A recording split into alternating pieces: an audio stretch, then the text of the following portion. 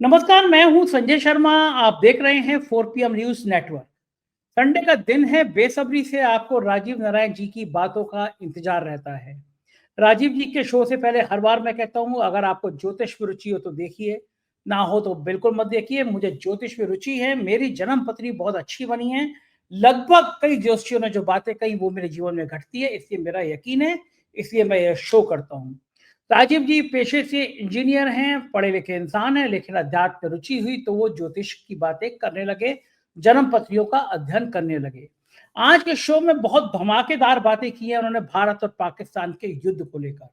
Cease fire की मंशा क्या थी, प्रधानमंत्री नरेंद्र मोदी इतना क्यों डरे, और क्या होगा सीज फायर के बाद भारत का भविष्य। क्या दोबारा कुछ घटनाएं घटेंगी या शांत रहेंगे, सब लोग प्यार से रहेंगे। आखिर क्या कारण है कि आरएसएस के लोग बॉर्डर पर नहीं गए युद्ध रणनीति में सहयोग करने के लिए। ऐसी तमाम बातें, राजीव जी कुछ ज्यादा खरी खरी बातें कहते हैं, इनके चक्कर में ही मेरा चैनल बंद हो गया। लेकिन आज राजीव जी के चलने से पहले आप सभी के आशीर्वाद से एक खुशखबरी आपको देना चाहता हूं। जब मेरा चैनल बंद हुआ, मैंने राजीव जी से, कई दर्शकों ने कहा पूछो, मैंने पूछा तो राजीव जी ने कहा कि ना केवल चैनल शुरू होगा, बल्कि अब इसका और विस्तार होगा, भारत से बाहर विस्तार होगा, चैनल बाहर खुलेगा। मुझे लगा इसका मतलब ये है कि इंडिया में चैनल बंद है, मुझे कहीं बाहर जाना पड़ेगा। लेकिन मुझे अंदाजा नहीं था कि क्या संयोग होते हैं, क्या परिस्थितियां होती हैं कि दोपहर के 2 बजे सुप्रीम कोर्ट से निकला आदेश हमारे पक्ष में था। सरकार ने अपना मेरा चैनल बंद करने का फैसला वापस ले लिया था। प्लान किया, रात के 2 बजे मैं दुबई था और अगले दिन दोपहर के 2 बजे मैं 4 PM मिडिल ईस्ट बनाने की प्रक्रिया में था। तो आप सबके आशीर्वाद से, प्रभु की कृपा से, ईश्वर के प्यार से हमारा पहला भारत के बाहर का channel 4 PM middle east launch हो गया है।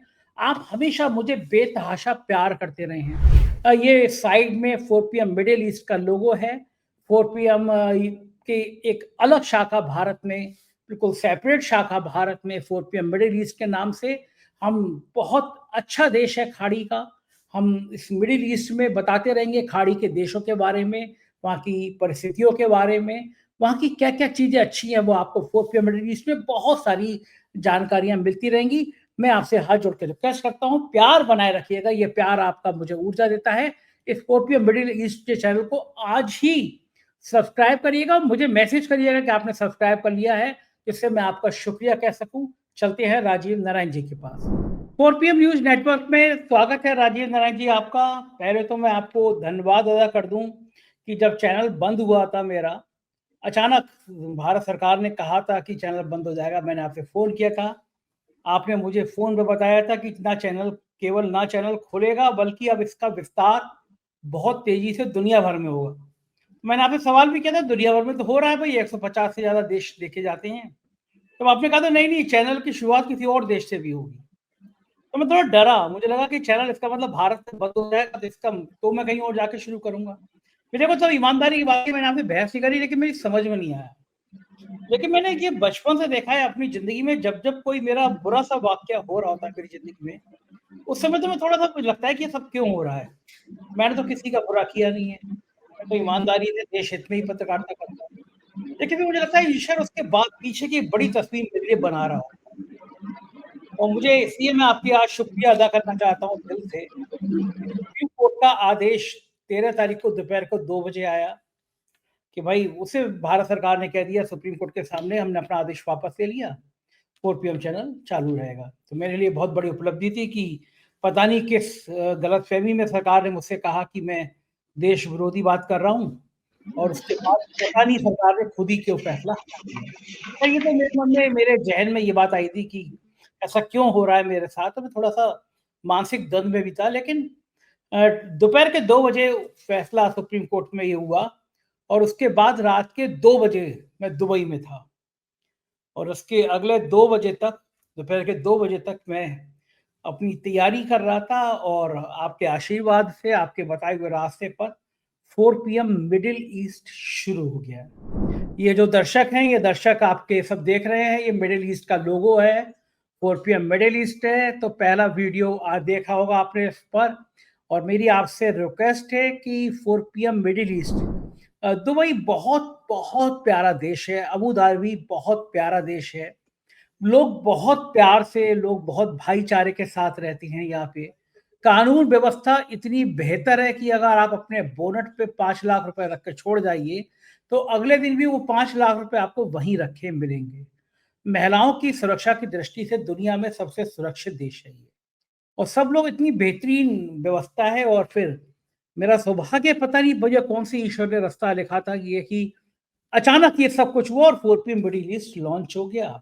अब आपको खाड़ी के जितने देश हैं, उन देशों में आपको लगातार वीडियो मिलेंगे, यहाँ की बेहतर जीवन शैली मिलेगी, क्या नया है, क्या कुछ है, ये सब 4PM मिडिल ईस्ट आपको बताएगा।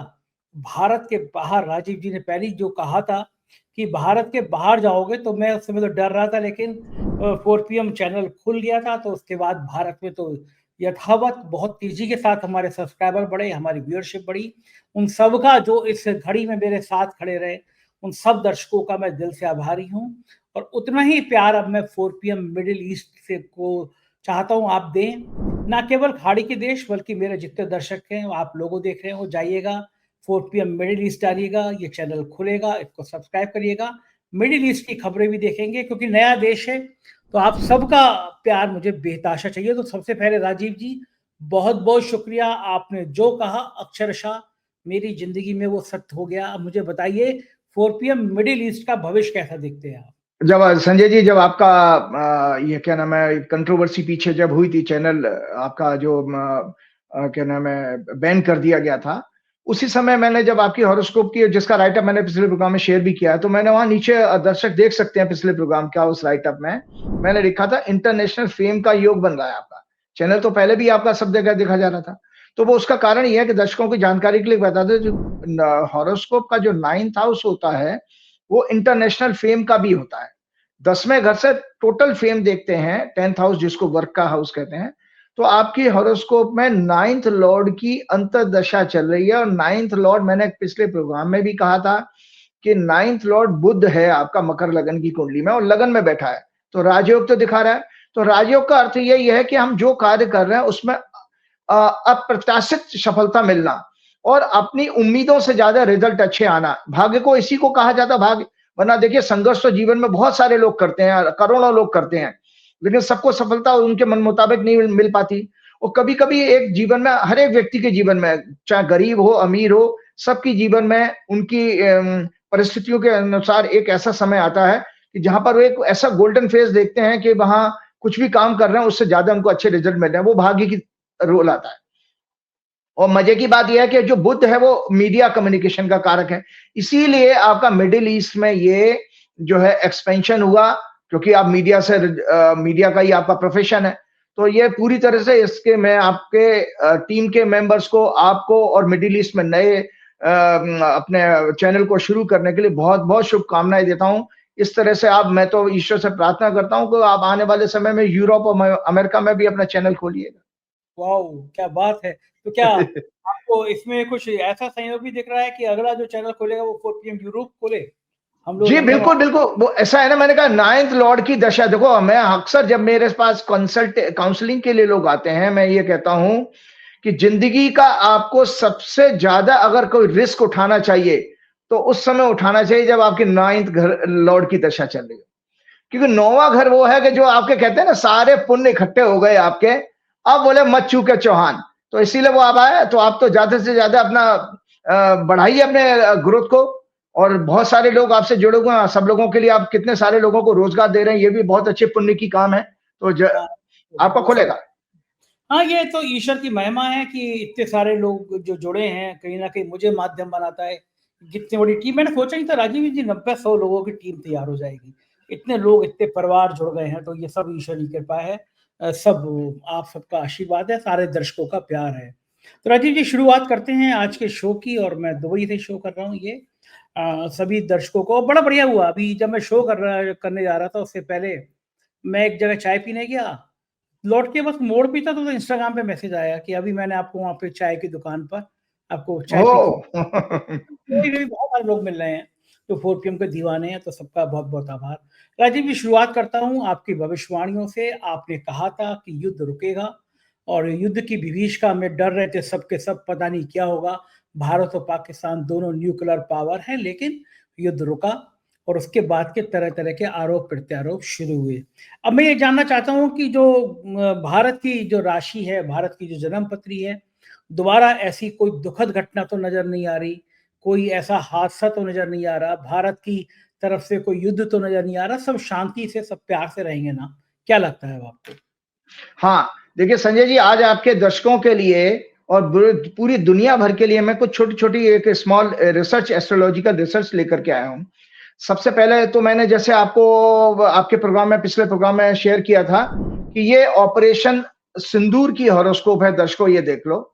तो ऑपरेशन सिंदूर की हॉरोस्कोप जो 7 मई 2025 को भारत सरकार, भारत की मिलिट्री ने जब पहला स्ट्राइक किया लगभग 1:05 पे, जो ऑफिशियली अनाउंस भी किया उन्होंने।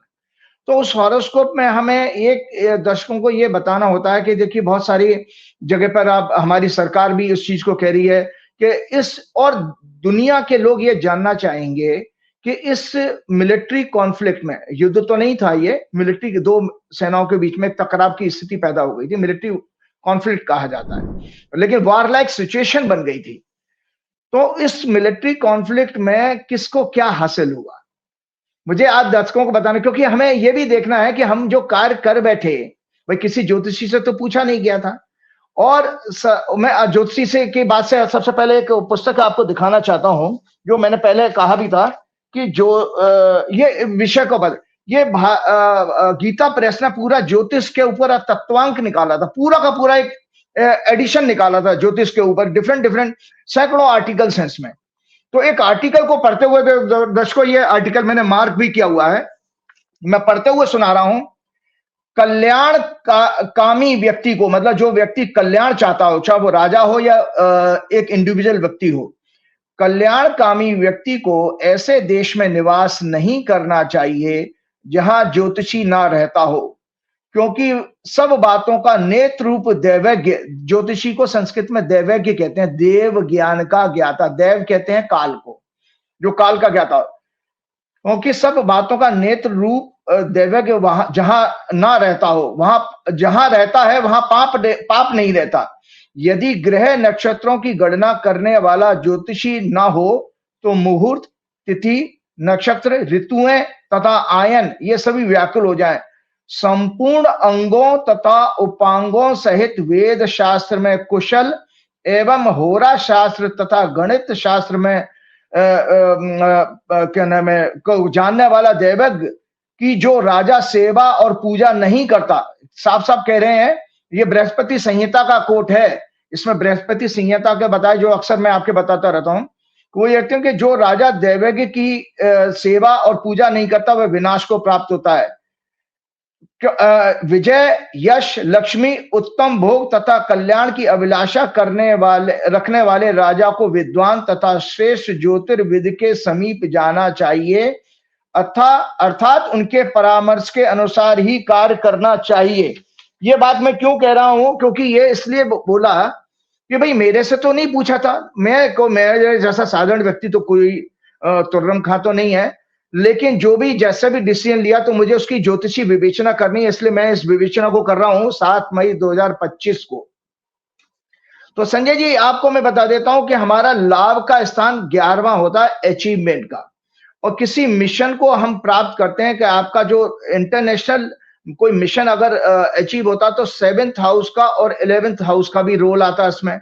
दूसरा उसके अंदर यह देखा जाता है कि 7th लॉर्ड की कंडीशन क्या है, साथ में 10वां घर भी हमारा नेम एंड फेम का होता है। तो जो कहते हैं ना आपका मिशन पूरा हुआ कि नहीं हुआ, जैसे हमारे मोदी जी कह रहे हैं कि हमने मिशन पूरा कर लिया, अब भगवान जाने, ये तो वो ही ज्यादा जानते होंगे कि कितना उन्होंने मिशन पूरा किया। हालांकि मिशन तो ये था कि जो पहलगांव में आतंकवादी आए थे उनको पकड़ना, उनको प्रॉपर सजा दिलवाना, जैसे वो कौन सा कसाब था किसको पूरी बंबई वाले हमले के बाद में पूरे जेल में रह के पूरा ट्रायल चल के उसको फांसी की सजा हुई। तो तरीका तो यह है कि जो हमारा अपराध करने वाले लोग वो अभी तक हमारे पता ही नहीं है, बल्कि वहां तो आपके JNK में बॉर्डर पर अभी पोस्टर लगे हुए हैं उनके लिए, 20-20 लाख का इनाम लिखा हुआ उनके लिए कि भाई इनको कोई इनका सुराग बताए, उनके बारे में पता है। तो मिशन तो पूरा हुआ नहीं है।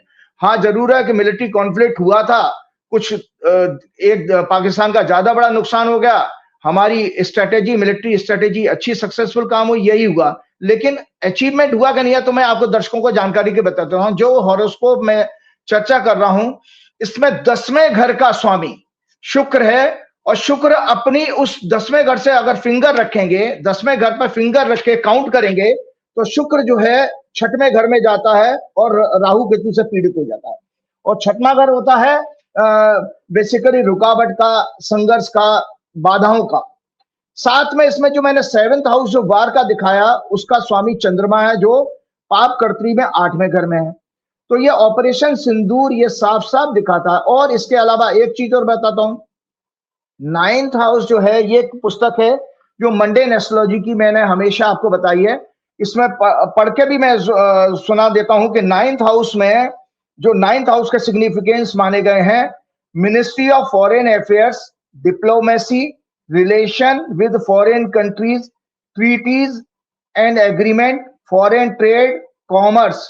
जो डोनाल्ड ट्रंप आरोप लगा रहे हैं ना कि मैंने ट्रेड बंद कराने की धमकी दे दी, तो फॉरेन ट्रेड वहां से दिखाई है। दर्शक ये देख सकते हैं, ये पेपर, इसका मैं फोटो आपको भेजूंगा। तो ये मैंने दिखाने का पर्पज ये था कि सब हवाई बातें नहीं है। तो इसमें 7th लॉर्ड 8वें घर में गया। 8वां घर होता है नुकसान का, डेथ का। तो ये ऑपरेशन सिंदूर ये बताती है कि जो भारत सरकार ने ऑपरेशन सिंदूर की हॉरोस्कोप बता रही है, जो ऑपरेशन किया था वो भारत के लिए बहुत सक्सेसफुल नहीं माना जा सकता है, बहुत सक्सेसफुल नहीं माना जाएगा। और इसमें अगर कोई किसी चीज का अगर जो बल्कि एक नुकसान जो हुआ है वो हमारे डिप्लोमेसी के एंगल से हुआ है।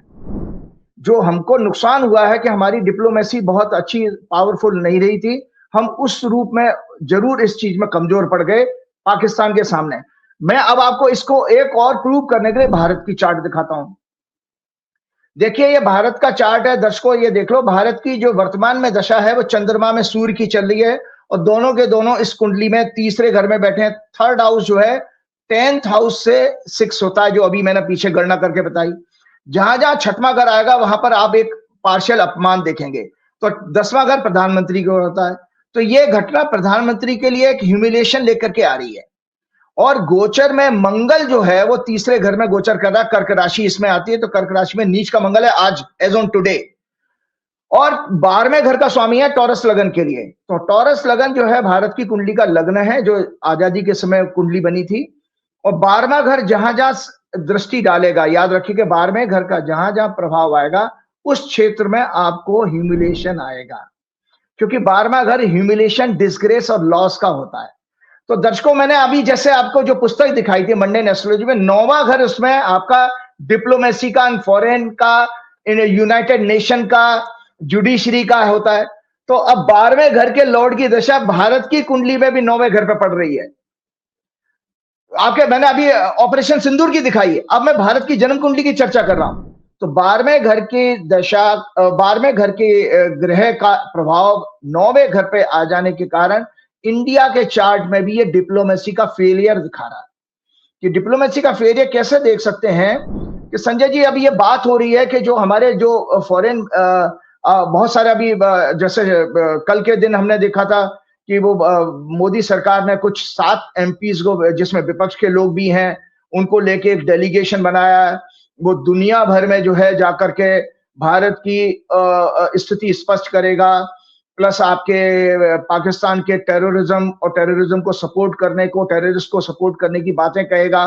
तो ये सब की जरूरत क्यों पड़ी आपको? ये सब की जरूरत क्यों पड़ी? अगर आप सक्सेसफुल रहे, अपना मिशन में सक्सेसफुल हो गए, आपने आतंकवादियों के अड्डों को ध्वस्त कर दिया, उनका हेडक्वार्टर को ध्वस्त कर दिया, जैसा आप अपने राष्ट्र के नाम संदेश में कह रहे थे, तो इस सब की जरूरत क्यों पड़ रही है? इसका मतलब है कि आपने मान लिया कि आपका जो फॉरेन मिनिस्ट्री है वो टोटली फेलियर होगी और डिप्लोमेसी में फेल हो गए, क्योंकि आपके साथ इस मिलिट्री कॉन्फ्लिक्ट में कोई भी नहीं खड़ा था, कोई भी नहीं खड़ा था, ये आपने मान लिया। मतलब आप सोचिए कि राष्ट्र के आप, और उन्होंने राष्ट्र के नाम संदेश में मोदी जी ने यही कहा। सबसे बड़ी बात दर्शकों की जानकारी के लिए एक और बता देता हूं कि ये वो मोदी जी हैं जिन्होंने कुछ वर्ष पहले, 2-3 वर्ष पहले हम टीवी में ऐड देखते थे और उसमें एक बच्चा कहता था, पापा मोदी जी ने युद्ध रुकवा दिया। तो वो मोदी जी तो युद्ध रुकवा देते थे, या मोदी जी युद्ध छोड़ के भागे हैं बीच में, मतलब सीज फायर ले लिया उन्होंने। तो मोदी जी उस समय तो डिप्लोमेसी में बहुत बड़े महान बन रहे थे, क्या नाम है, नोबेल पीस प्राइज के लिए दावेदार बन रहे थे वो उस समय। ना तो वो अभी तक इजराइल और फिलिस्तीन का युद्ध रुका, ना यूक्रेन और रशिया का युद्ध रुका, और भारत और पाकिस्तान और उलझ गए। आप अपने पड़ोसी देश से लड़ गए, पर अब आप टर्की से लड़ रहे हो, बांग्लादेश से लड़ रहे हो, नेपाल से लड़ रहे हो, बस आप लड़े जा रहे हो। आप कैसे? उसके बजाय आपका ट्रंप चचा जो है बेसिकली आपसे ज्यादा बाजी मार ले गया। वो दुनिया भर में गा रहा है, सब जगह कह रहा है, हर प्लेटफॉर्म पर कह रहा है, डेली बेसिस पर कह रहा है कि वो भारत और पाकिस्तान का युद्ध मैंने सीज फायर मैंने कराया, मैंने उनको ट्रेड बंद करने की धमकी दी, और उसके बाद डर के मारे उन्होंने जो है ये ऑपरेशन को सीज फायर कर दिया। जबकि आप अपने राष्ट्र के नाम संदेश में ये कहते हैं कि पाकिस्तान दुनिया भर में गिड़गिड़ा रहा था, और पाकिस्तान के डीजीएमओ ने हमारे डीजीएमओ को कहा कि युद्ध रोक दो। संजय जी, एक चपरासी लेवल का एक छोटे से छोटा गरीब से गरीब आदमी भी इस बेसिक सेंस को जानता होगा कि कोई डीजीएमओ, कोई फॉरेन मिनिस्टर, कोई डिफेंस मिनिस्टर की ताकत नहीं है कि प्रधानमंत्री को बाईपास करके कोई इतना बड़ा डिसीजन ले ले युद्ध रुकवाने का। ये सब बेकार की बकवास बातें हैं। ये पूरा का पूरा ये डिसीजन नरेंद्र मोदी का था। ये नरेंद्र मोदी जी की कंसेंट से ही ये सीज फायर का डिसीजन लिया गया होगा। तो ये बिल्कुल गलत है। अब लड़ाई जो आती है क्रेडिट लेने की, उसके ऊपर मैं आता हूं। तो सबसे बड़ी बात है कि एक आपको बताता हूं कि 11 वर्षों में मोदी जी ने क्या डिप्लोमेसी में क्या, क्योंकि आज हमारा विषय यही है, ninth house diplomacy, foreign relation, क्योंकि हम वही उसी चीज में बहुत कमजोर एक्सपोज हो गए पूरी दुनिया में। हमारी छवि संजय जी इस समय लड़ने वाले गुंडे की तरह से हो गई है। हम हर देश से लड़ रहे हैं डिप्लोमेसी को। किसी में एक बहुत बड़े पत्रकार को सुन रहा था कि डिप्लोमेसी में दंभ और घमंड का कोई रोल नहीं है। कोई देश आपसे ऐसे नहीं, आपका अपने लोगों पे कोई चौधराहट दिखा दो, लेकिन किसी दूसरे देश में चौधराहट नहीं दिखा सकता कोई व्यक्ति। इसमें उन बड़े पत्रकार महोदय ने कहा कि बुद्धि विवेक काम आता है, इसके अंदर चतुराई काम आती है, देशी भाषा में कहते हैं जिसको। मोदी जी ने 11 वर्षों में, आपको दर्शकों जानकारी के लिए बताऊं, 129 बार 120 टाइम्स 72 देशों की यात्रा की है। मतलब जैसे अमेरिका की उन्होंने 10 बार यात्रा की थी, उसमें वो संख्या बढ़ गई। तो 120 टाइम्स 72 देशों की यात्रा की, फिर भी दुनिया में हम अपना फेथफुल फ्रेंड और एलाइज नहीं बना पाए आज की डेट में। ये सब 72 देशों की यात्रा, 129 यात्रा में किसका पैसा लगा था? हमारा आपका टैक्स पेयर का पैसा। तो हम ये देखिए कि हम कहां सफल हुए, इसका मतलब है। और आपको पता ना, दुनिया में एक बहुत अच्छे, उस विषय पर भी आऊंगा, एक आर्मी के जनरल ने, जो आपके फॉर्मर आर्मी के जनरल ने बहुत अच्छी बात कही है, उसको मैं दर्शकों को जानकारी के लिए बताना चाहता हूं। मैंने आपके पिछले प्रोग्राम में भी कहा था, हिंसा या वार क्या जरूरी है? मोदी जी, शाह, योगी और अन्य भाजपा लीडर्स ने लगातार हिंसा और युद्ध की बातें करके पूरे देश की मनोदशा जो है उत्तेजित और बीमार बना दी है। हम उद्दंडी पैदा कर दिए। आज आपको उन्हीं ट्रोल की आर्मी से डर लग रहा है कि बीच में सीज फायर ले लिया तो उनसे हमको गाली ना खानी पड़े, उनका हम क्रोध का सामना कैसे करेंगे, उसके वजह से आप एक पे एक गलत डिसीजन हम लेते जा रहे हैं। तो मैंने अपने पिछले प्रोग्राम में कहा था कि हमारे सभी धर्मों में हिंसा को महापाप और धर्म के विपरीत आचरण माना गया है। यद्यपि धर्म की रक्षा और सम्मान के लिए कुछ परिस्थितियों में टेम्परेरी हिंसा को धर्म का मार्ग माना गया। टेम्परेरी समय में, जैसे राम जी ने रावण को मारा, कंस को कृष्ण ने मारा, स्वयं कृष्ण ने अर्जुन का साथ रह के पांडवों को मरवाया। तो वो कुछ परिस्थितियां थी, कुछ समय था, टेम्परेरी लेवल, अदरवाइज हिंसा अच्छी बात नहीं है। लेकिन उसके लिए हमारे साथ भगवान का होना जरूरी है। आपको देखिए, लोग कह देते हैं कि भाई, जैसे राजनाथ सिंह जी ने कह दिया कि धर्म युद्ध करना जो है धर्म का रक्षा करने के बराबर, लेकिन उसमें भगवान होने चाहिए। भगवान का अर्थ माना गया है कि जहां पर चेतना, विवेक और ज्ञान हो, वो भगवान का स्वरूप है। जब आपके पास चेतना हो, विवेक हो, ज्ञान हो, तब आप हिंसा का सहारा लेके सिर्फ टेम्परेरी फेज के लिए आप अपना काम चला सकते हैं। यूनाइटेड नेशन के चार्टर की भी मैंने बात की थी कि वार के उन्होंने कहा कि वो कहता है कि वार का कंसेप्ट माइंड में होता है और माइंड से इसको निकाल दो तो वार खत्म हो जाता है। भगवान ने भी गीता में कहा कि काम, क्रोध, लोभ ये नरक के 3 द्वार हैं, 3 गेट्स हैं। काम, क्रोध, लोभ नरक के 3 गेट्स हैं। इनसे मनुष्य और मानवता का सदैव पतन होता है। तो आज चौंकाने वाली बात करता हूं, टाइम्स ऑफ इंडिया 13 मई 2025 उसका कोट बताता हूं जो हमारे फॉर्मर आर्मी चीफ ने कहा। उसके बाद मैं बाकी कुंडलियां डिस्कस करूंगा।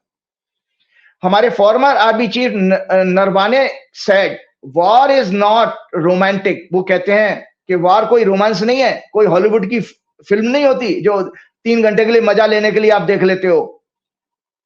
वॉर और violence should be last thing that we should resort to.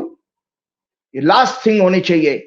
War force upon us by unwise people. वो कहते हैं कि जो बुद्धिमान जो मूर्ख होते हैं वो हमारे ऊपर वार थोपते हैं मूर्ख लोग।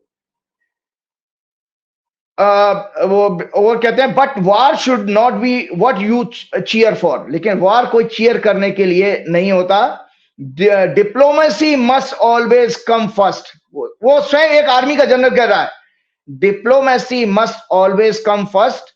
एज ए मिलिट्री मैन अपनी भी बात बताते हैं, अपना पक्ष रखते हैं। As a military man if ordered I will go to war. मुझे वार में जाना पड़ेगा, जैसे हमारी सेना ने भी किया, अपना कर्तव्य का पालन किया।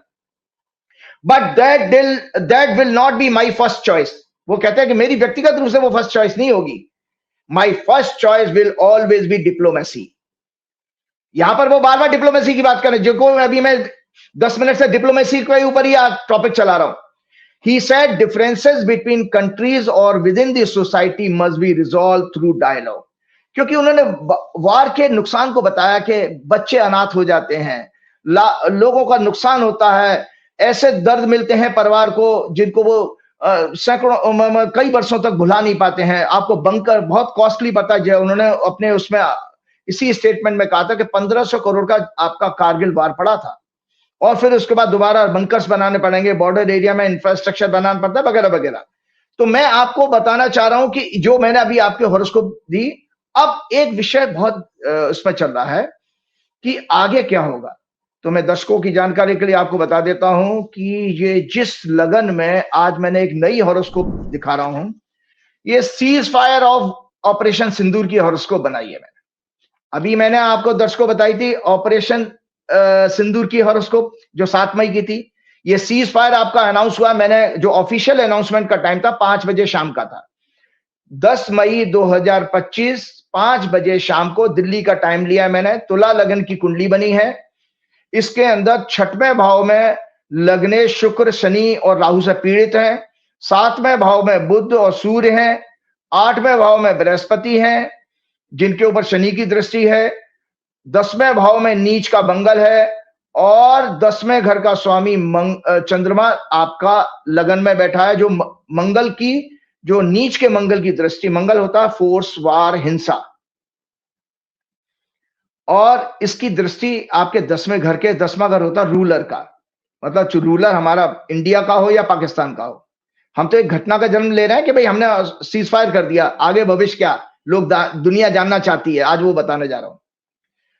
तो इसमें दोनों पर हिंसा और उत्तेजना आ रही है। मतलब मंगल की दृष्टि 10वें घर में मंगल की प्लेसमेंट है और उसकी चौथी दृष्टि आपकी लगन पर जा रही है जहां पर चंद्रमा बैठा हुआ है। तो ये आपको दर्शकों जानकारी के लिए बता देता हूं कि इस सीज फायर की सफलता डाउटफुल रहेगी। ये भविष्यवाणी सुन लीजिएगा। ये सीज फायर बहुत ज्यादा दिन नहीं चलने वाला है। इस सीज फायर में बॉर्डर के ऊपर टेंशन खत्म होने वाले नहीं है, क्योंकि मैंने आप ही के प्रोग्राम में पहले भी एक बताया था, ये हॉरोस्कोप डिस्कस करते हुए कहा था कि भारत की 6 सितंबर 2025 से मंगल की दशा शुरू हो रही है। यही मंगल जिसकी हम अभी चर्चा कर रहे हैं, जो अभी इस समय युद्ध जिसने करा दिया तीसरे घर में बैठ के। ये मंगल भारत की कुंडली में 7वां घर का लॉर्ड है और 7वां घर आपका वॉर का होता है। मंडेन एस्ट्रोलॉजी में जो किताब मैंने दिखाई थी, 12वां घर नुकसान का होता है। आर्थिक रूप से बहुत खतरनाक फेज आपका सितंबर के महीने से शुरू हो रहा है। हम इस वार को और इस कॉन्फ्लिक्ट को, इस बॉर्डर के ऊपर टेंशन को लंबे समय तक देखेंगे। इसमें किसका क्या नुकसान होगा उसका मैं बाद में बात करूंगा। हालांकि पाकिस्तान की हॉरोस्कोप भी मैं आपको दिखा दूं कि ये पाकिस्तान की हॉरोस्कोप है। पाकिस्तान की जो फॉर्मेशन की मैंने पहली बात की 14 अगस्त 1947 00 आवर 30 सेकेंड।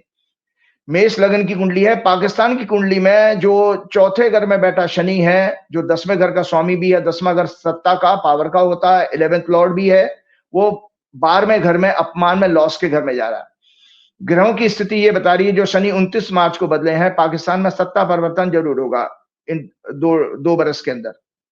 शनि सत्ता परिवर्तन कराने वाले हैं और सत्ता परिवर्तन आसानी से नहीं होगा, उसमें किसी तरह की वायलेंस और हिंसा भी आ रही है, क्योंकि मंगल आपके जून के पहले हफ्ते में राशि बदल के सिंह राशि में जा रहे हैं और उस समय तक राहु केतु भी वहां पहुंच जाएंगे, राहु केतु से पीड़ित हो जाएंगे, केतु के साथ होंगे मंगल, सो डबल फायर है, क्योंकि केतु को भी वैदिक ज्योतिष में मंगल के समवत माना गया, मंगल के समान ही माना गया है। तो ये पाकिस्तान की कुंडली और पाकिस्तान में किसी तरह का बांग्लादेश की तरह से किसी इनके टुकड़े का अलग होने का भी इन 2 साल में योग आ रहा है, जैसे बलूचिस्तान वगैरह कोई अलग हो सकता है। तो जिस तरह से बांग्लादेश हुआ, क्योंकि बांग्लादेश जब अलग हुआ था तो पाकिस्तान की कुंडली में उस समय दशा चल रही थी शनि में शुक्र की। शनि इनके चौथे घर में बैठा, चौथा घर हमारा जमीन लैंड एरिया का होता है आपका। तो ये पाकिस्तान की कुंडली को भी मैंने आपको बता दिया। अब मैंने जो आपको बताया कि इसमें ऑपरेशन सिंदूर की इस हॉरोस्कोप को क्या नाम है सीज फायर की, इस हॉरोस्कोप में एक चीज और मैं आपको सामने क्लियर करना चाहता हूं, एक विषय पर और आपके बहुत कंट्रोवर्सी चल रही है, क्रेडिट कौन लेगा, किस वजह से रुका गया। मैं एक ज्योतिषी विवेचना कर रहा हूं कि मैं पॉलिटिकल क्या चीज है इससे मेरा कोई लेना देना नहीं है, सरकारों के बीच में क्या है, लेकिन मैं बता देता हूं एक मंडेन एस्ट्रोलॉजी का एक सिद्धांत है इसमें।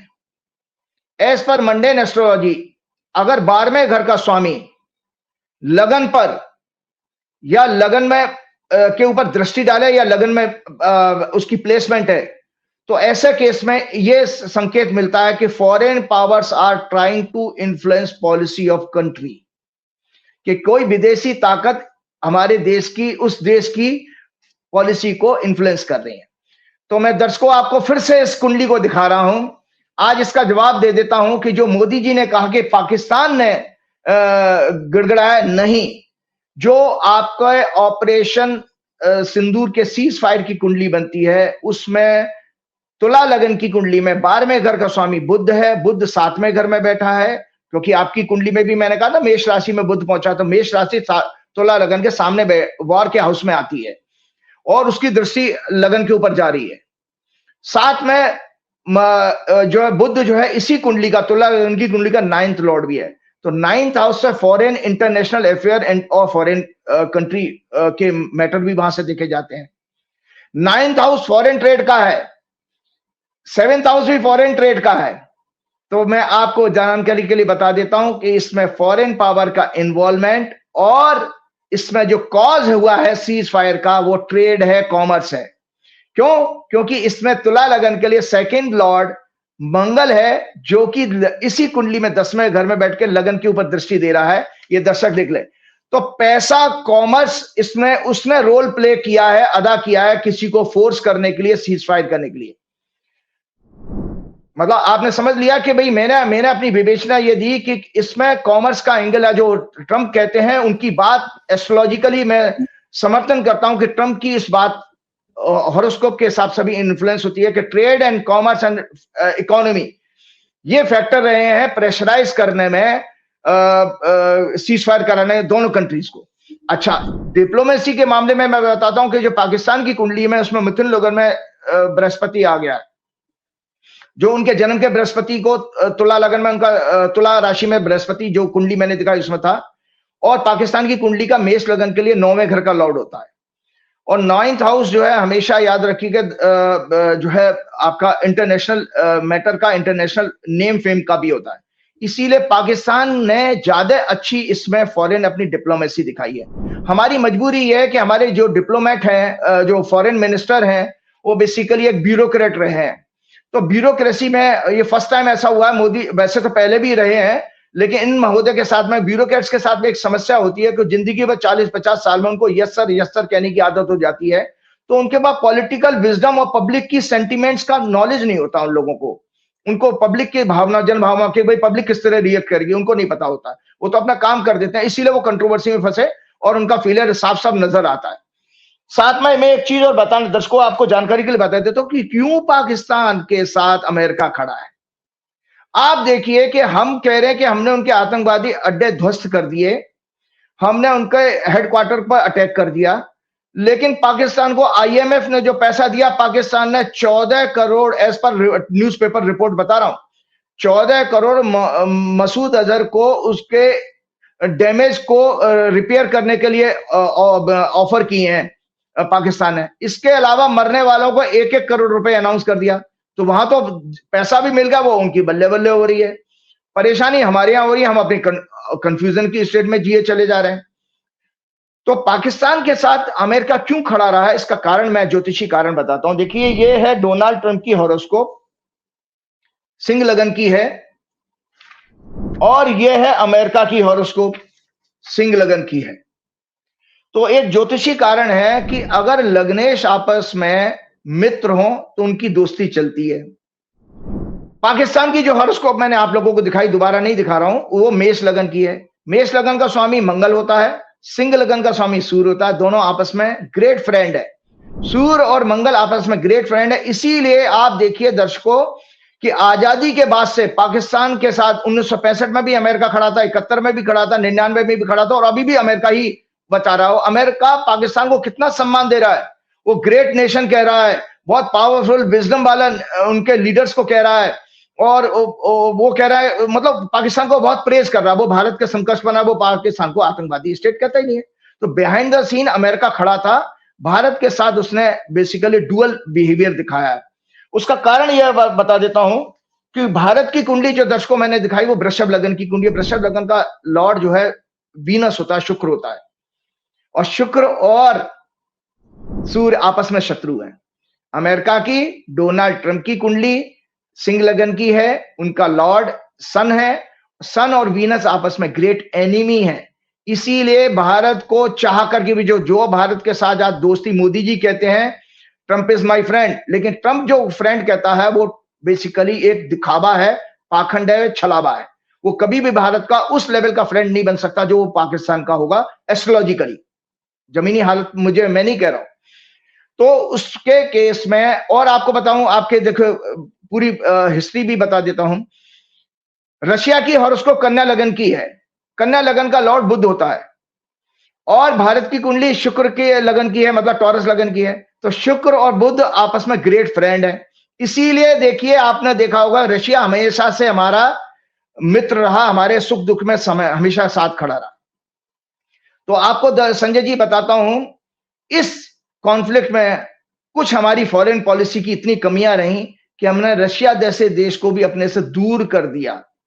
एक वो न्यूट्रल हो गया, वो आपके खिलाफ तो नहीं जाएगा लेकिन न्यूट्रल हो गया।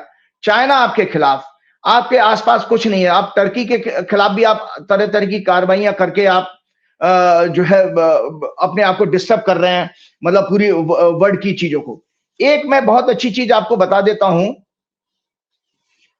देखो ट्रंप ने, देखो, और आपने देखा होगा ट्रंप आपका बराबर अपमान क्यों कर रहा है बार बार, क्योंकि देखिए आपने अभी अभी रिसेंटली उसने फिर एक कतर में मिलिट्री पर्सनल को, यूएस मिलिट्री पर्सनल को एड्रेस करते हुए कहा कतर में, I help settle the problem between Pakistan and India last week which was going more and more hostile. He talked about trade, let's do trade instead of do war, and Pakistan was very happy with that and India was also very happy with that. Modi सरकार ने यहां पर भी India की sovereignty की परवाह ना करते हुए चुपचाप रहे हैं, ये कुछ बोलते ही नहीं है। इसी तरह चाइना ने भी हमारी 4000 किलोमीटर से ज्यादा जमीन पर कब्जा कर लिया। अरुणाचल प्रदेश में वो नाम रख रहा है स्थानों के, आप कुछ नहीं बोल रहे हैं। और आपने देखो कंगना रनौत की पिक्चर का एक डायलॉग मुझे याद आ जाता है, उसमें वो कहती है, उसमें डायलॉग था, अभी तो हमें और जलील होना है। तो आप सोचिए कि हम क्यों ऐसा होते जा रहे हैं। देखिए व्हाइट हाउस की प्रेस कॉन्फ्रेंस में आपको उसने टेररिस्ट स्टेट कह दिया, टेररिज्म का कहा, आप दुनिया में सबसे ज्यादा टेरर लगाता है। साथ में अब उसने देखो एक और आपके सामने ह्यूमिलेट किया, एप्पल के मालिक को कहा कि तुम अगर वहां पर फोन बनाओगे तो इंडिया में ही बेचना, हमारे यहाँ बेचने की कोई जरूरत नहीं, तुम्हें फैक्ट्री लगाने की कोई जरूरत नहीं है। साथ में उसने लिखा कि India is one of the highest tariff nation in the world, they have offered us a deal where basically they are willing to literally charge us no tariff. अपने आप से उसने घोषणा कर दी कि वो भारत जो है जीरो टैरिफ पे हमारे साथ बिजनेस करने के लिए तैयार है। इतना क्यों कॉम्प्रोमाइज हो रहे हैं मोदी जी, उसका कारण अभी मैं बताऊंगा। और आपको बताऊं कि ब्रिक्स, आपको पता है भारत जो है ब्रिक्स कंट्री का फाउंडर मेंबर है। बड़े चौड़े होके मोदी जी ने ब्रिक्स नेशन की कुछ सितंबर के महीने की बात है, उसमें मीटिंग में कहा था कि हम अपनी अपनी खुद की करेंसी चलाएंगे, डॉलर के पहले करेंगे। आप मोदी जी ब्रिक्स के नाम ही नहीं लेते ना, हमारे फॉरेन मिनिस्टर भी नहीं लेते हैं। आप देखिए 1971 के बाद एक पहला मौका आपके सामने ऐसा आया था जहां पीओ को ले सकते थे या कोई आगे बढ़ सकते थे, लेकिन आप पीछे क्यों हटे? इसके लिए मैं एक बहुत माइथोलॉजिकल स्टोरी सुनाना चाहता हूं दर्शकों, जो कि श्रीमद् भागवत के अनुसार है। उससे मेरा बहुत सारे और आपको पता है मिलिट्री सेल्स के लिए जब मोदी जी अमेरिका गए थे, वो F-35 जो कवाड़ विमान है उसका वो सौदा करने की बात क्या है, जो 2030 तक सप्लाई होगी, वो लगभग 500 बिलियन डॉलर का था। Buying more US oil and gas combat aircraft, ये अभी तक भारत रशिया से सस्ता तेल खरीदता है। ये सारी चीजें मैंने दोबारा गिनाया कि मोदी जी इतना ह्यूमिलेट क्यों हो रहे हैं, क्योंकि वो मैंने आपको बताया कि जब मैंने आपकी ट्रंप की ओथ की भविष्यवाणी की हॉरोस्कोप दिखाई थी, जब ये ट्रंप के 26 जनवरी का प्रोग्राम था, आपको याद होगा 26 जनवरी के प्रोग्राम में मैंने कहा था कि ट्रंप जो है भारत के लिए बड़ा निरंतर ह्यूमिलेशन के क्या नाम है कारण बनेंगे और बार बार हमारे मोदी जी को ह्यूमिलेट करेंगे। तो 26 जनवरी से लेकर अभी तक आप देख रहे हैं बराबर हो रहा है, क्योंकि मेष लगन में इन्होंने उसका लॉजिक भी मैंने बता देता हूं, दोबारा रिपीट कर देता हूं कि 12वें घर के भारत की कुंडली के 12वें घर में के लगन में इन्होंने वो ली है शपथ, इसीलिए वो ह्यूमिलेशन आ रहा बार बार। आपको एक छोटी सी बात बताता हूं, क्योंकि मोदी जी क्यों झुके हैं उसका कारण यह है। मोदी जी का 2014 के 13 का या 14 में सत्ता में आने के बाद का एक बयान था कि गुजरात के डीएनए में व्यापार ही है, इसलिए 2014 में मोदी जी ने सत्ता में आते ही स्पष्ट कर दिया था कि मैं एक गुजराती हूं और ट्रेड मेरे ब्लड में है। इसीलिए उस ब्लड की रक्षा करने के लिए मोदी जी झुक गए और सीज फायर उन्होंने एक्सेप्ट कर लिया। यही कारण है कि ट्रेड बंद होने की धमकी सुनकर मोदी जी ने सरेंडर कर दिया और ट्रंप की बात मानकर युद्ध मैदान को छोड़ दिया, मतलब पीछे हट गए। आपको एक बहुत सारी श्रीमद् भागवत की एक पुराण स्टोरी सुनाता हूं दर्शकों। श्रीमद् भागवत पुराण, महाभारत और हरवंश पुराण के अनुसार बिहार मगध जो है आज का बिहार का राजा जरासंध मथुरा के राजा कंस का ससुर था और मित्र भी था। तो जब कृष्ण ने कंस का वध कर दिया था, कृष्ण ने जब कंस की हत्या कर दी, तो जरासंध ने कृष्ण और यदुवंशियों का सर्वनाश करने का वचन लिया और संजय जी मथुरा पर उसने 17 बार अटैक किया, 17 टाइम्स, 17 बार अटैक किया। और कृष्ण को बार बार उसमें बहुत सारी मथुरा वृंदावन की भोली वाली जनता मारी जाती थी और कृष्ण को कई बार छिपना पड़ा, बचना पड़ा। 18वें युद्ध में जब 18वीं बार वो आया है, तो उस समय कृष्ण ने बलराम वगैरह के साथ मिलकर के उसकी सेना को तो परास्त किया, लेकिन जरासंध को जीवित छोड़ दिया। लेकिन उस समय सम्राट अशोक की तरह, जैसे सम्राट अशोक का हृदय परिवर्तन हुआ था कलिंग युद्ध के समय, ऐसे कृष्ण का हृदय परिवर्तन हो गया और कृष्ण ने यह सोचा कि भाई मेरी वजह से ये बार बार आएगा, यहां पर आ रहा है, अभी तक आया है, तो बेचारी भोली भाली जनता मारी जाती है, हिंसा होती है, मैं इस जगह को छोड़ देता हूं। इसीलिए कृष्ण ने अपनी लटू पत्रा बोरिया बिस्तर उठाया और आज का कौन सा रूट लिया बता देता हूं। मथुरा से भरतपुर, आज का भरतपुर, उस समय तो भरतपुर कुछ नहीं था, राजस्थान होते हुए भरतपुर, जयपुर होते हुए ये गुजरात के बॉर्डर में घुस के समुद्र के किनारे पहुंच गए और वहां पर नई नगरी बसा ली, द्वारका, वहां रहे जाकर के। जरासंध की वजह से कृष्ण ने अपने लिए एक बहुत बड़ा इतिहास में नाम की चेपी लगवा ली, वो थी रणछोड़ की। रणछोड़ कहते हैं यो युद्ध भूमि को छोड़ के भाग जाए। लगभग वैसी ही स्थिति मोदी जी की हुई कि मोदी जी के भक्त, मोदी जी ने जितने उन्मादी अपने भक्त और अपने सपोर्टर तैयार कर दिए, वो तो चाह रहे थे कि, और वो उन्मादी मीडिया भी, गोदी मीडिया, वो कह रही थी वहां घुस गया, क्या नाम है, कराची में घुस गया, इस्लामाबाद में घुस गया, फलाना घुस गया, और ये कब्जा कर लिया, वो कब्जा कर लिया। लेकिन सीज फायर का अनाउंसमेंट तो हमारे नेताजी ने ही किया। भाई अगर वो मोदी जी के अनुसार वो कहते पाकिस्तान गिड़गड़ाया था, तो आपने क्यों एक्सेप्ट कर लिया? आप इंदिरा गांधी की तरह मना कर देते किसी फॉरेन दबाव को? लेकिन आप झुक गए, तो आपने वो बेसिकली आपके साथ में भी वो कृष्ण की तरह से रण छोड़ जुड़ गया। लेकिन कृष्ण और कृष्ण भगवान थे, कृष्ण का जो उद्देश्य था वो हिंसा और निर्दोष लोगों की हत्याएं रोकने के लिए निर्णय था कृष्ण का। आप कृष्ण नहीं है, आप तो नगदी और कॉमर्स और ट्रेड की वजह से आप झुके हैं। तो आपका तो मोटिव बदल गया ना, तो आपका मोटिव सांसारिक है, कृष्ण का नहीं था। इसी में आपको मैं बता दूं, मैंने ग्रॉक, जैसे मोदी जी का एक वो फर्जी भाई है ना, वो जो बना है धीरेन्द्र शास्त्री, मेरा भी एक छोटा भाई है ग्रॉक। तो मैं जब भी कोई जानकारी लेता हूं ग्रॉक से ले लेता हूं। तो मैं आपको दर्शकों बता देता हूं कि जो मीडिया आपका कह रहा था उसका सत्य ग्रॉक से जो इंफॉर्मेशन मेरी है कि भारत ने ऑपरेशन सिंदूर के दौरान पाकिस्तान की सीमा में प्रवेश नहीं किया। इंडियन फोर्सेस ने 6 और 7 मई को पाकिस्तान और पाकिस्तान ऑक्युपाइड कश्मीर में 9 टेररिस्ट कैंप पर टारगेटेड स्ट्राइक किया। ये हमले मिसाइल, ड्रोन्स और अन्य हथियारों जैसे scalp cruise missiles, hammer bombs और कार्मिकेज ड्रोन्स के द्वारा किए गए, जो भारतीय क्षेत्र से ही लॉन्च किए गए थे। इंडिया ने अपनी टेरिटरी में रहकर किया है, क्योंकि आजकल ये इतने एडवांस एयरक्राफ्ट हैं कि इसमें मिसाइल लगाइए, आप 300 किलोमीटर दूर के टारगेट को हिट कर सकते हो। और किसी एलओसी या अंतरराष्ट्रीय सीमा आईबी का वायलेशन नहीं किया है भारत ने। तो भाई ये टीवी चैनलों को कहां से वो कराची और उसमें घुसते हुए नजर आ गए? तो मैं आपको ये मैंने बता दिया कि आपके सबसे बड़ी बात है कि ट्रंप ने पाकिस्तान को ग्रेट नेशन, उनके लीडर्स को powerful, having the strength, wisdom और फोर्टिट्यूड वाला बताकर भारत का कंपैरिजन किया।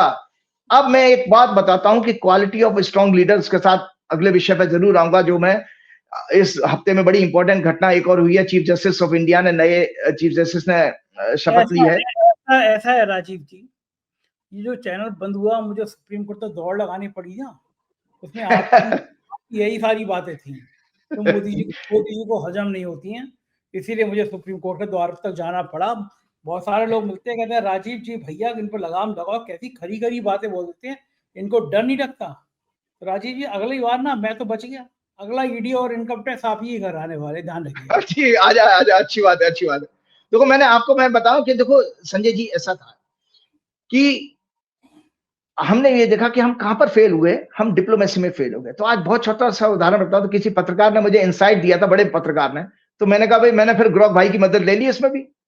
तो मैंने ग्रॉक भाई से पूछा, quality of successful leader, bold leader नहीं, सक्सेसफुल लीडर वो होता है जो जिसकी डिप्लोमेसी ज्यादा अच्छी हो, जो अपने साथ दुनिया को खड़ा कर ले। अच्छा व्यक्ति भी वही कहा जाता है जिसके साथ पड़ोस उसके साथ खड़ा हो। जो पड़ोस में संबंध अच्छा ना बनाया जाए, सामाजिक जीवन में उसको अच्छा नहीं माना जाता है। तो मैं आपको बता देता हूं, एक बहुत पुरानी एक ऐतिहासिक घटना सुना रहा हूं कि before the start of 1971 war with Pakistan, 71 का युद्ध शुरू होने से पहले, श्रीमती इंदिरा गांधी ने, युद्ध शुरू हुआ है दिसंबर में, 3 दिसंबर को शुरू हुआ है, 13 दिन चला था युद्ध। लेकिन उससे पहले India under the leadership of Indira Gandhi made a successful Indo Soviet treaty of peace. इसकी डेट है 9 अगस्त 1971 को उन्होंने सोवियत रूस के साथ एक ट्रीटी ऑफ पीस साइन करी है, और जिस फ्रेंडशिप एंड कोऑपरेशन की, जिसका पाइवोटल मोमेंट था ये साउथ एशिया की हिस्ट्री में। और की फैक्टर इसका क्या था? India strategic positioning during the war to secure diplomatic and military banking.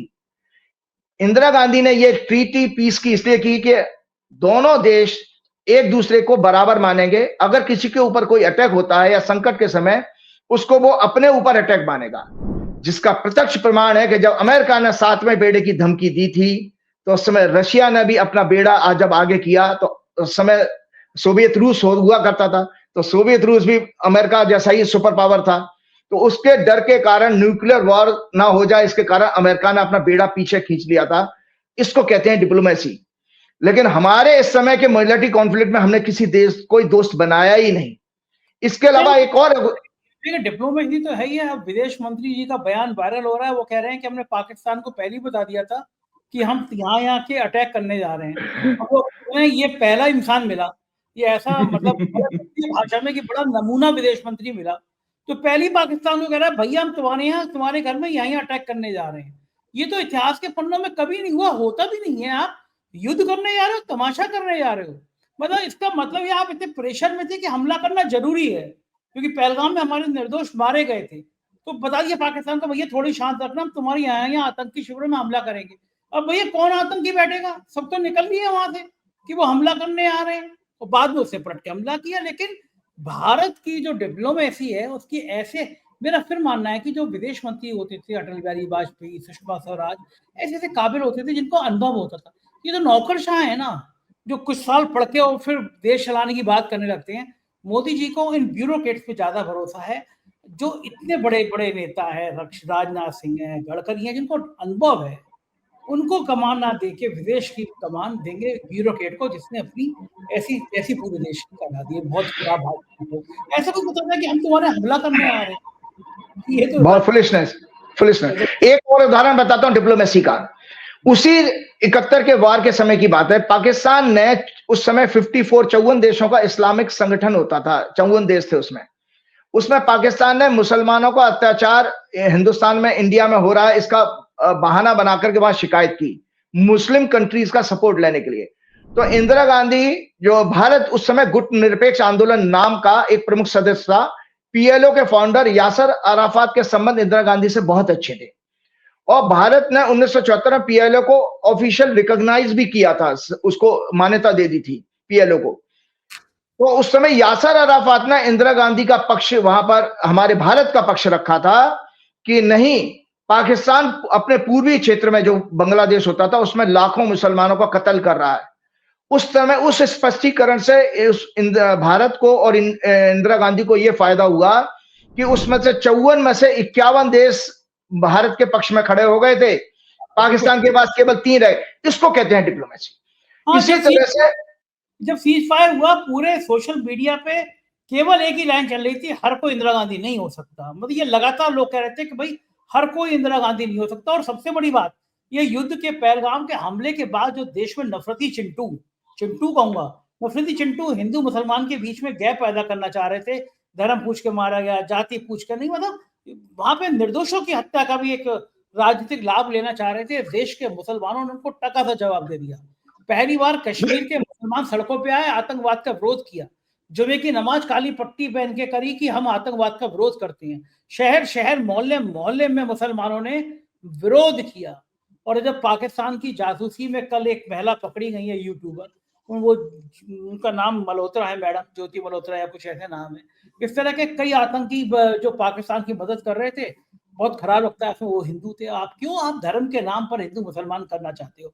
इस देश के मुसलमानों ने कह दिया कि भाई हम मुसलमान हैं और भारत के हैं, हम यहीं पे जमीन में पैदा हुए, यहीं मरेंगे, देश हमारा सबसे ऊपर। तो वो नफरती चिंटुओं को भी जवाब दे दिया। मतलब ये राजनीतिक दृष्टि से भी भारत के लिए इस मायने में ठीक रहा कि हमारे देश की एकता, अखंडता अभूतपूर्व रही। देश के लोगों ने, 140 करोड़ के लोगों ने कहा हम एक हैं, एक साथ है। विपक्ष ने भी, पूरे विपक्ष ने कोई सवाल नहीं किया, हम पूरी तरह से सरकार के साथ हैं।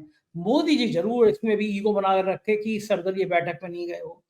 मतलब कितना खराब है, विपक्ष साथ दे रहा है और आप इतने घमंड में कि आप सर्वदलीय बैठक में नहीं जा रहे हैं। तो अभी भी जो 7 एमपीज का जो डेलीगेशन है, वो बेसिकली उसकी मंशा केवल देश को भ्रमित करने की है, सो दैट कि पार्लियामेंट का सेशन ना बुलाना पड़े, सरकार से कोई प्रश्न ना पूछे। उस मुद्दे को डाइवर्ट करने के लिए ये ड्रामा रचा जा रहा है। जो 7 एमपीज के डेलीगेशन पूरी दुनिया में, अरे भाई आपके पास इतना वक्त था, आपका विदेश मंत्री इतने दिनों से जा रहा था, वो डोनाल्ड ट्रंप की शपथ ग्रहण समारोह में गया, तब आप अपने लोगों को नहीं बना पाए, तो 7 एमपीज का घुइयां उखाड़ लेंगे। दूसरा बात है, एक मैं आपको बताता हूं कि ये दरअसल सत्ता का, भाजपा का ये बार बार कमजोरी क्यों दिखती है। तो बीजेपी की हॉरोस्कोप में मूल में चला जाता हूं, ज्योतिषी कारण है। क्योंकि देखिए, मुझे तो राजनीति से कोई लेना देना नहीं, लेकिन मुझे ज्योतिषी कारण बताना है।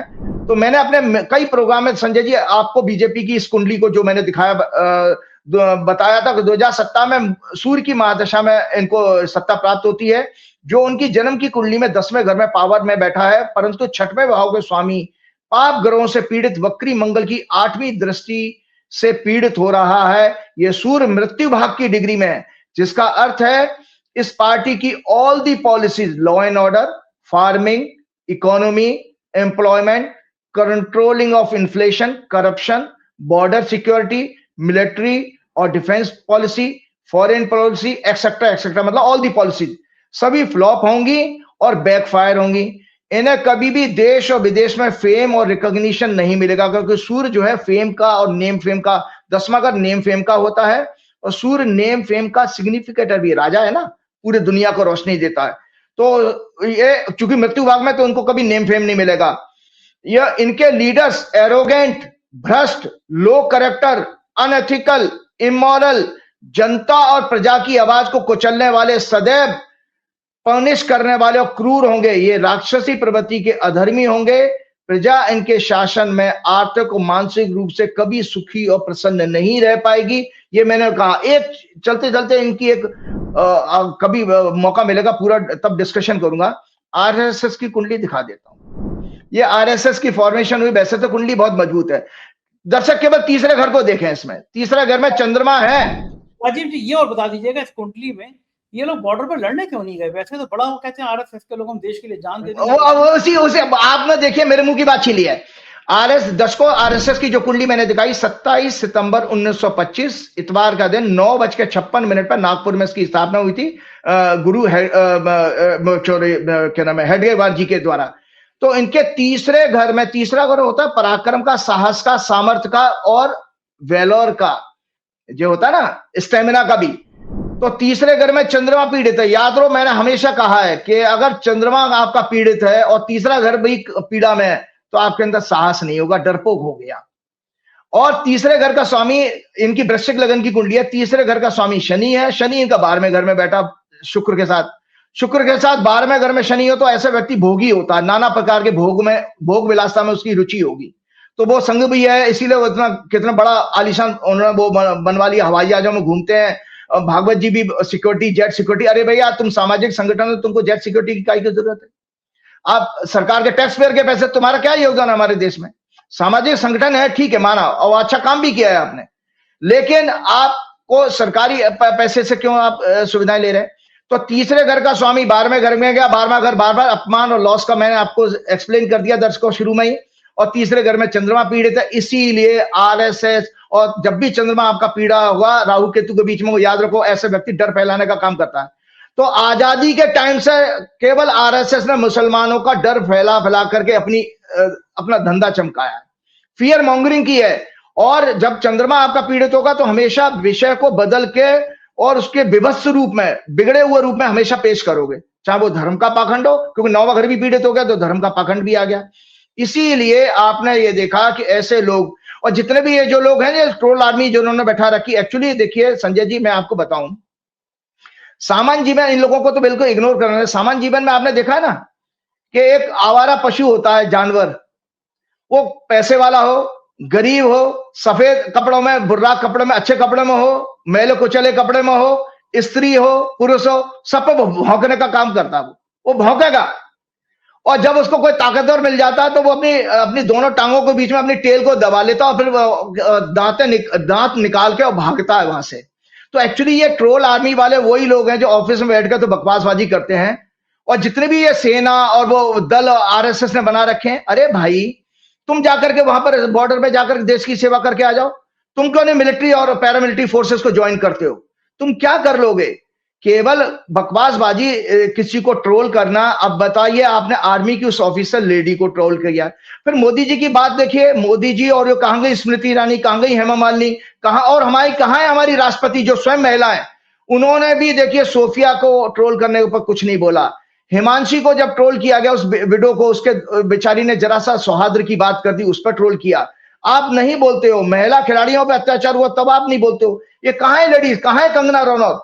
मैं मणिपुर 2 साल से जल रहा है, वहां पर आप राष्ट्रपति हमारी बोलती नहीं है, कुछ नहीं बोलता कोई, आपका बीजेपी का नेता नहीं बोलता है। और कैसे कैसे थर्ड क्लास आपके लीडर्स, आपके मंत्री बने पड़े हैं। एक ने तो वहां पर जो है उसको, सोफिया को टेररिस्ट की बहन कह दिया, और दूसरे उप मुख्यमंत्री ने कह दिया कि मोदी जी के चरणों में सेना नतमस्तक हो गई थी। अरे यार, आप अपना एक सेना ने तो आपको बचाया है, आपकी नाक कटने से बचा ली। उस सेना ने, उसके परिवार वालों को आप अटैक कर रहे हो। और मुझे तो याद है कि किस तरह से एक फौजी ऑफिसर को किस तरह मारा पीटा था चंडीगढ़ के किसी मार्केट में, कोई घटना हुई थी 1-2 साल पहले। आप फौज के लोगों को, उनके परिवार वालों को भी नहीं छोड़ रहे हो। आप ब्यूरोक्रेट्स, बेचारा उस फॉरेन सेक्रेटरी की क्या गुस्ताखी थी, उसने तो मोदी जी के डिसीजन को बस प्रेस ब्रीफिंग में बताया था। उसको भी आप, उसकी बेटी को भी ले आते हो। तो इस तरह की बातें आप क्यों करते हो? क्योंकि पहली बात तो मैं बता देता हूं, अगले बार मेरे को अमित शाह के कुछ स्टार अच्छे हैं कि मैं अमित शाह की कुंडली नहीं चर्चा कर पाता हूं।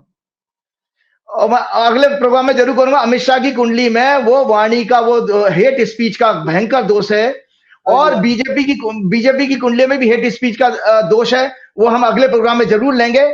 और इसके साथ चलते चलते मैं एक बात और बताना चाहता हूं कि देखिए, आप जितना, अभी एक रिसेंट रिसर्च आई थी कि हैप्पीनेस के लिए आप गोदी मीडिया को देखना छोड़ दीजिएगा, क्योंकि ये स्टेट ऑफ माइंड है। जो आप आंखों से, इंद्रियों से देख रहे हो, वो जो माइंड में डिस्टरबेंस है, वो अल्टीमेटली आपके साइकोसोमेटिक, आपके हार्मोनल हेल्थ और आपकी मेमोरी को, आपके कंप्लीट हेल्थ को बिगाड़ देगा।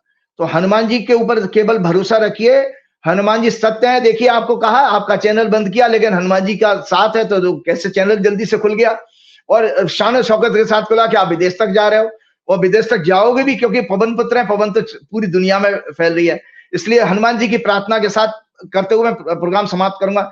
श्री गुरु चरण सरोज रज निज मन मुकुर सुधार, वर्णव रघुवर विमल जसु जो दायक फलचार, बुद्धिहीन तनु जान के सुमिरो पवन कुमार, बल बुद्धि विद्या देव मोह हरऊ कलेश विकार, कृपा करहु गुरुदेव की नाय। जय श्री राम, जय हनुमान। तो ये थे राजीव नारायण जी। इन्होंने बताया कि किन किन परिस्थितियों में ये समझौता हुआ, कौन कौन सी परिस्थितियां ऐसी हैं जहां भारत जाएगा। भारत बहुत मजबूत राष्ट्र है, हमारा देश में दुनिया में विकसित होता हुआ राष्ट्र है, और भारत को कोई झुका नहीं सकता। हम सब भारतवासी कल्पना करते हैं कि पूरी दुनिया में भारत का डंका बजेगा। जय हिंद, जय भारत।